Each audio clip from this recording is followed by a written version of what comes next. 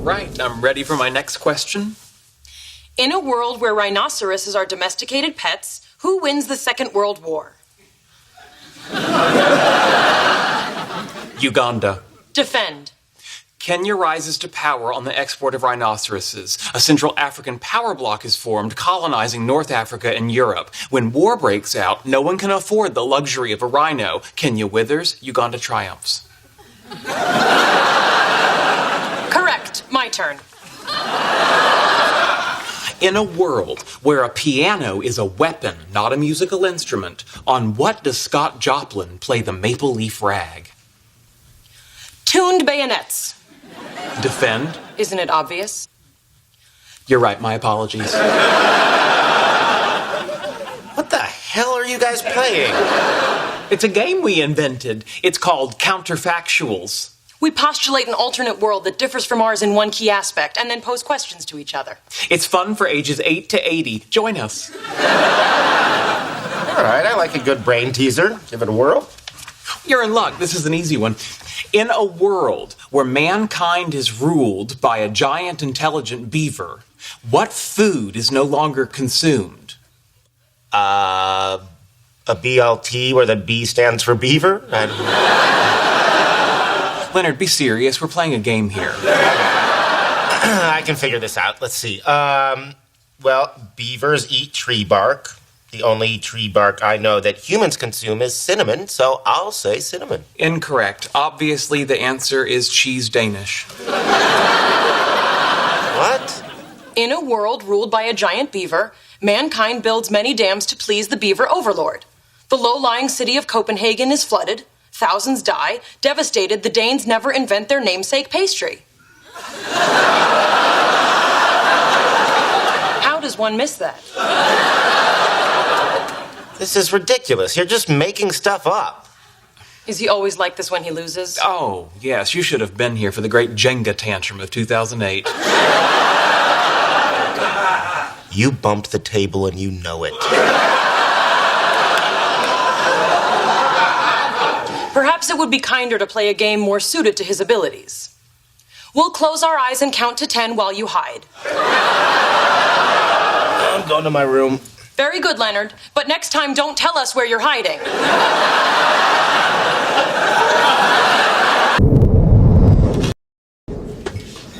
Sheldon? Hello. What are you doing here? I have troubles, Penny. Come to pour them out to the sympathetic ear of the local barkeep. You know, they have a really nice bar over at the Olive Garden. I don't like the Olive Garden. They treat me like family. Okay, Sheldon, what can I get you? Alcohol. Could you be a little more specific? Ethyl alcohol. 40 milliliters. I'm sorry, honey, I don't know milliliters. Blame President James Jimmy Carter. He started America on a path to the metric system, but then just gave up. He wonders why he was a one-term president. Would you say that's about 40 milliliters? More or less. Great. Now, where were we?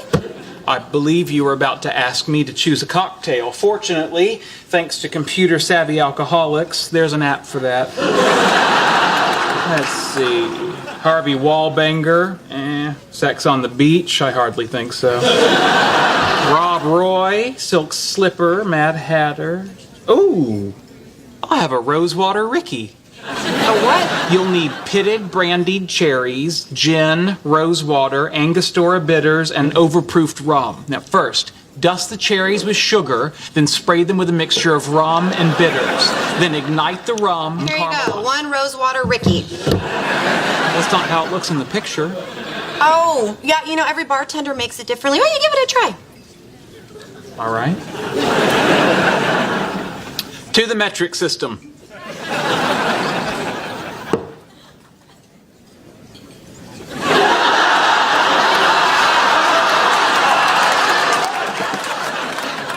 I can't taste the cherries. All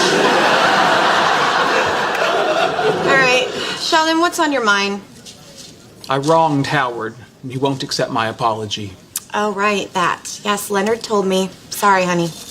Penny, you face failure on a daily basis. How do you cope? I drink. To drinking. Nope. Oh, if only there were some way to force Howard to accept my apology so I could escape this miasma of guilt. You know, sometimes stuff just happens and there's nothing you can do about it. For example, Lisa Peterson hasn't talked to me since the 11th grade because no matter how much you apologize, you can't go back and undry hump someone's boyfriend. I see. You're saying I'm facing Starfleet Academy's unwinnable command scenario, the Kobayashi Maru.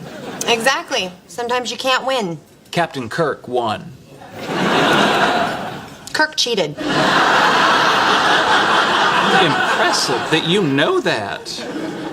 It's hard to believe I'm actually having this conversation with you. Right there with you.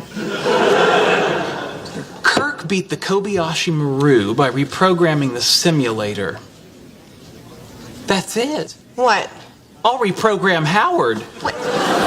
Sheldon, you can't reprogram people. But no, you can't reprogram people.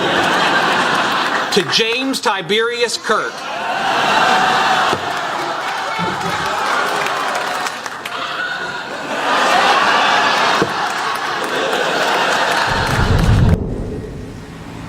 Thank you for driving me.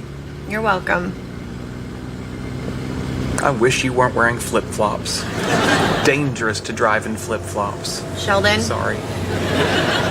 I just don't want to be yet another flip-flop fatality. Can I ask you a question? Given your community college education, I encourage you to ask me as many as possible. Yeah.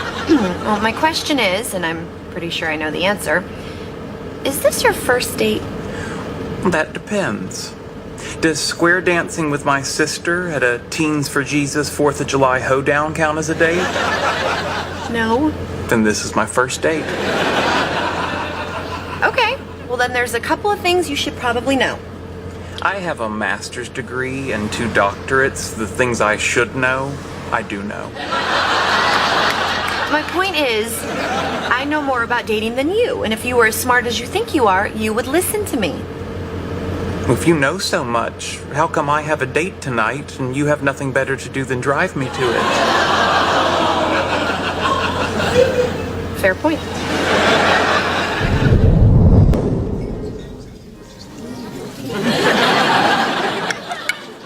Hey, here's another possible topic of conversation. This is a big night for Sheldon. Right, Sheldon? Big night? The winter solstice is a big night. It's over 14 hours in Southern California. That's an amusing factoid. Thank you. No, my point is, tonight is Sheldon's first official date. Discuss. Is this true? Apparently, a semi-incestuous Teens for Jesus 4th of July hoedown didn't count. So, Amy, what about you? Do you date much? Once a year. It's a deal I made with my mother in exchange for her silence on the matter, as well as the occasional use of her George Foreman grill that seals in the flavor without the fat. What about you, Penny? Do you go on many dates? I wouldn't say many. A few. What's... Your characterization of approximately 171 different men is a few. What? Where did you get 171 men? Simple extrapolation. In the 3 years that I've known you, you were single for 2. During that time, I saw 17 different suitors. If we work backwards, correcting for observation bias, and postulate an initial dating age of 15. Whoa, wait. I did not start dating at 15. I'm sorry, 16? 14. My mistake. Now, assuming the left side of a bell curve peaking around the present, that would bring the total up to 193 men. Plus or minus 8 men. Remarkable. Did you have sexual intercourse with all of these men? No, Now, although that number would be fairly easy to calculate, based on the number of awkward encounters I've had with strange men leaving her apartment in the morning, plus the number of times she's returned home wearing the same clothes she wore the night before. Okay, Sheldon, I think you've made your point. So we multiply 193 minus 21 men before the loss of virginity. So 172 times 0.18 gives us 30.96 sexual partners. Let's round that up to 31. Okay, Sheldon, you are so wrong. That is not even close to the real number. I'm gonna need a drink over here. This is very interesting. Cultural perceptions are subjective. Penny, to your mind, are you a slut?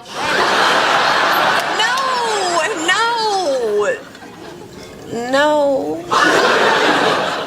Let's just all finish our dinners, okay? This is an interesting topic. How many sexual encounters have you had? Does volunteering for a scientific experiment in which orgasm was achieved by electronically stimulating the pleasure centers of the brain count? I should think so. Then 128.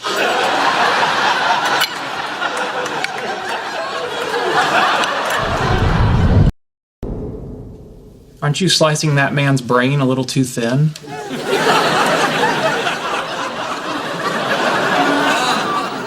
It's too thin if I were making a foot-long brain sandwich at Quiznos. For examination under a 2-photon microscope, it's fine. Well, you're the expert. If the correct way to do it is the wrong way, then I yield. Very well. If you die and donate your body to science, I promise to slice your brain like Canadian bacon. Thank you. Now, if you'll excuse me, I have to take my temperature. Are you monitoring your circadian rhythms in order to identify your periods of maximum mental acuity? I did that one summer. Oh, youth. No, I experienced some distressing symptoms last night, so I'm checking my vital signs every hour. I'd be happy to create a chart and participate in a differential diagnosis. Oh, that sounds like fun. Oh, right. What were the symptoms? Elevated heart rate, moist palms, dry mouth, and localized vascular throbbing. Localized to what region? Ears and genitalia. Interesting. Not body parts that usually team up. What about environmental factors? Describe the scene for me. I was sitting in a restaurant with Penny and Bernadette drinking water, carbonated as it was a special occasion. Penny's friend Zach stopped by and said hello, and I said, who? Who? Zach. Then why did you ask? Ask what? Who? Zach. All right, let's start over. What did you say when Zach walked in? Who? Zach. Why do you keep saying Zach? Because you keep saying who. I'm not saying who now. I said who last night. And the answer was Zach, correct? There was no question. I simply said who. All right, I think I have enough to go on. Possible explanations for your symptoms are, in descending order of likelihood, hyperthyroidism, premature menopause, hosting an alien parasite, or, and I only include it for the sake of covering absolutely all bases, sexual arousal. Where would I have picked up an alien parasite? Morning, Sheldon. Oh, good, you're up. I've written a new and improved roommate agreement that benefits me greatly. I'd like you to sign it. Why would I want to do that? Excellent question. Do you remember what happened to the alien, played by talented character actor Frank Gorshin, in the Star Trek episode Let That Be Your Last Battlefield? Captain Kirk activated the self-destruct sequence and threatened to blow up the Enterprise and kill them both unless he gave in? Affirmative. Computer, this is Dr. Sheldon Cooper. Activate self-destruct sequence, code 1A 2B. Self-destruct sequence activated.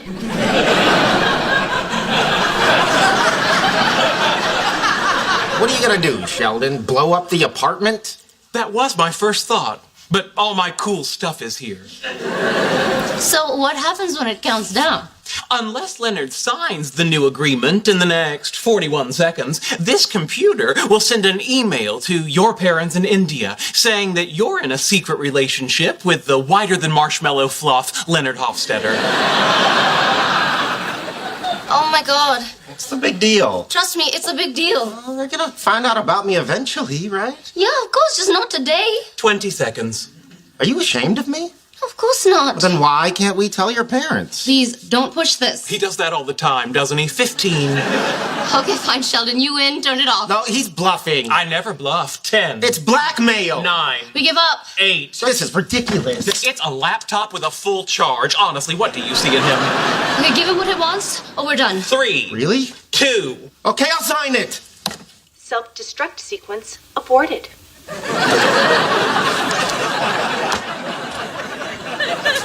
You may have gone to Cambridge, but I'm an honorary graduate of Starfleet Academy.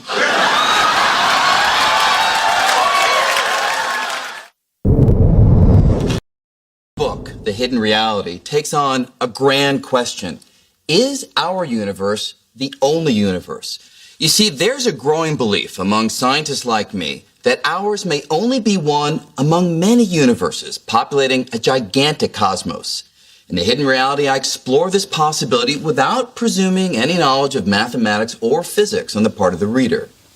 Hysterical. Now, I'm glad you talked me into this. We work so hard, sometimes it's nice to goof off and do something silly. Agreed. Yeah, wait till you hear how he dumbs down Werner Heisenberg for the crowd. You may actually believe you're in a comedy club. You can think about Heisenberg's uncertainty principle much like the special order menu that you find in certain Chinese restaurant where you have dishes in column A and other dishes in column B. And if you order the first dish in column A, you can't order the corresponding dish in column B. That's sort of like the uncertainty principle. Bump. Say, I heard an interesting tidbit about Howard and Bernadette. Really, Amy? Gossip? I'm disappointed in you. Now. Evolutionary biologist Robin Dunbar has identified gossip as an aid to social bonding in large groups. Forgive my language, but poppycock. What if he's right? And by not participating in gossip, society breaks down into small feral bands of tattooed motorcycle riders fighting to the death over the last few cans of tuna fish. Fine. In the parlance of the urban music scene, what's the 411?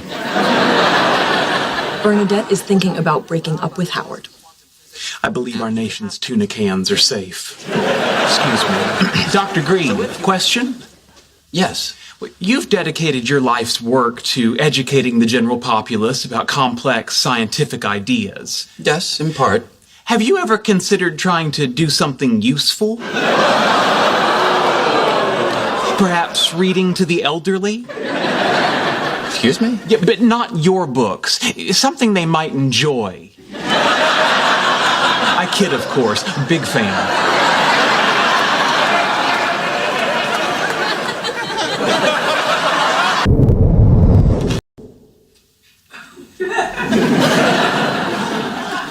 Water demon. Ice dragon.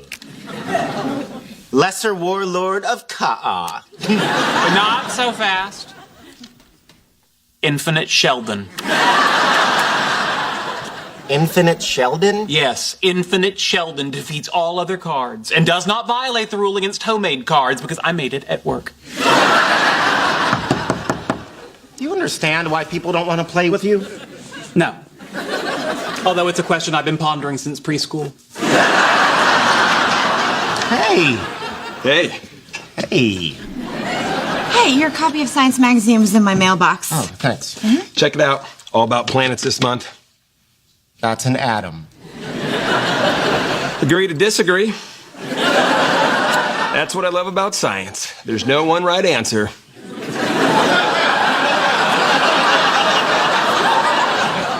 So, you and Zach again, huh? Yeah, me and Zach again. Were we here earlier? Okay, we should go. Not yet. I want to talk science with the science dudes. Oh, and the science dudes want to talk science with you. What do you want to talk about? Rocks? Dinosaurs? Our friend the beaver? You know, I saw this great thing on the Discovery Channel. Turns out that if you kill a starfish, it'll just come back to life. Was the starfish wearing boxer shorts? Because you might have been watching Nickelodeon. No, I'm almost sure that it was the Discovery Channel. It was a great show. They also said dolphins might be smarter than people. They might be smarter than some people.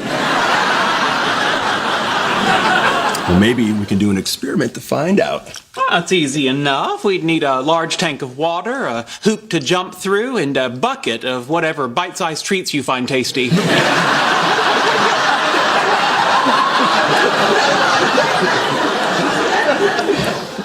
I don't get it. A dolphin might.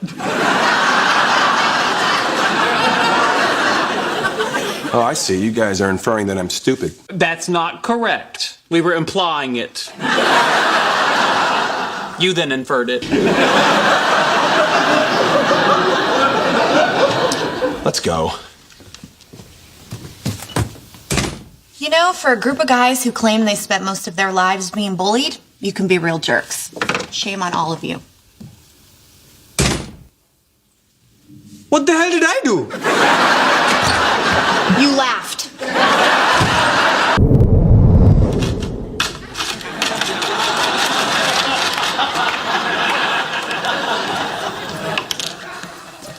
Hey, you got Snoopy out. Can I have a snow cone? Well, sure. These are pretty good. What flavor is this? Guess. Papaya? No. Guava? You're so close. Why give up? Mango caterpillar. What are you doing? You said you liked it.